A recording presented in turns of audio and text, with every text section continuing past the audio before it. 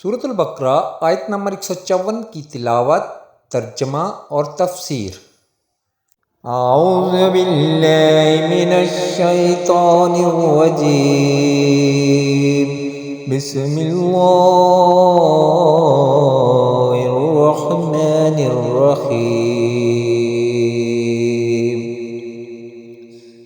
وَلَتَقُولُوا لِمَن يُقْتَلُ فِي سَبِيلِ اللَّهِ أَمْوَاتٌ بَلْ أَحْيَاءٌ وَلَٰكِن لَّا تَشْعُرُونَ۔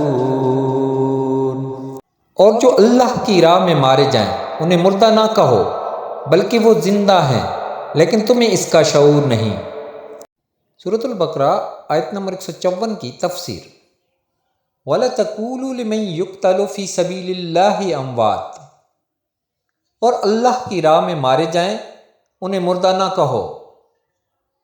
صبر کے ذکر کے بعد اب صبر کرنے والوں کی ایک عظیم قسم یعنی شہیدوں کا بیان کیا جا رہا ہے۔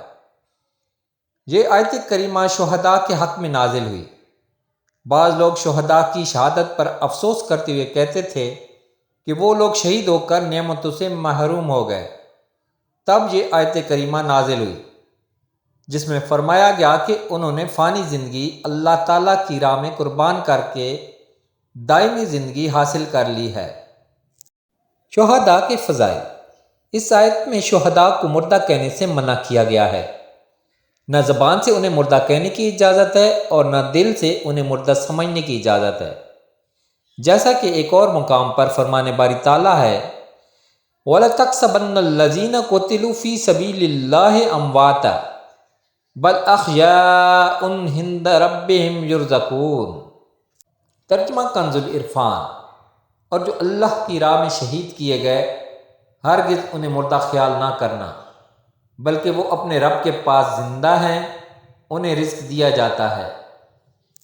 موت کے بعد اللہ تعالیٰ شہداء کو زندگی عطا فرماتا ہے، ان کی ارواح پر رزق پیش کیا جاتا ہے، انہیں راحتیں دی جاتی ہیں، ان کے عمل جاری رہتے ہیں، ان کا اجر و ثواب بڑھتا رہتا ہے۔ حدیث شریف میں ہے کہ شہداء کی روحیں سبز پرندوں کے بدن میں جنت کی سیر کرتی ہیں اور وہاں کے میوے اور نعمتیں کھاتی ہیں۔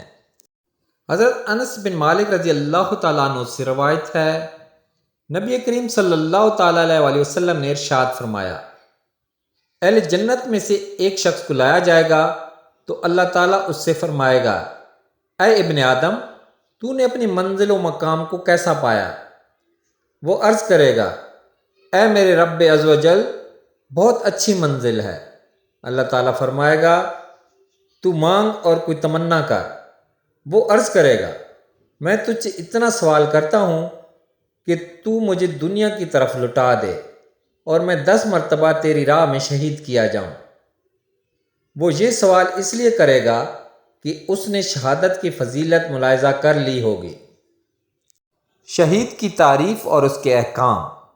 شہید وہ مسلمان مکلف طاہر ہے جو تیز ہتھیار سے ظلماً مارا گیا ہو اور اس کے قتل سے مال بھی واجب نہ ہوا ہو، یا مارکہ جنگ میں مردہ یا زخمی پایا گیا اور اس نے کچھ آسائش نہ پائی۔